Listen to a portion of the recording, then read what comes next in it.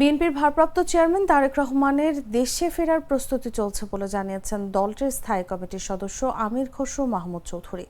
তিনি বলেন, বিএনপি সহ দেশের সব মানুষ তারেক রহমানের জন্য উন্মুখ হয়ে অপেক্ষা করছে। শীঘ্রই তিনি দেশে ফিরবেন। শুক্রবার বাদ আসর রাজধানীর কাঁটাবন ঢালের একটি মসজিদে গণফোরাম সভাপতি প্রয়াত মোস্তফা মহসিন মন্টুর কুলখানিতে অংশ নিয়ে সাংবাদিকদের এক প্রশ্নের জবাবে আমির খসরু এসব কথা বলেন। 15 জুন রাজধানীর স্কয়ার হাসপাতালে চিকিৎসাধীন অবস্থায় মারা যান মোস্তফা মহসিন মন্টু। তার বয়স হয়েছিল 80 বছর। আরপিও সংশোধন প্রসঙ্গে খসরু বলেন, পোস্টার বাতিল এবং নির্বাচন সংক্রান্ত আরপিও সংশোধনের বিষয়ে সব রাজনৈতিক দলের সঙ্গে আলোচনা করে নির্বাচন কমিশন সিদ্ধান্ত নেবে।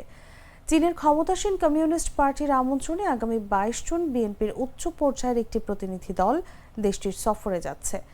সফরে দুই দেশের বহু পুরনো সম্পর্ক আরও জোরদার হবে বলেও প্রত্যাশা ব্যক্ত করেন বিএনপির জ্যেষ্ঠ এই নেতা।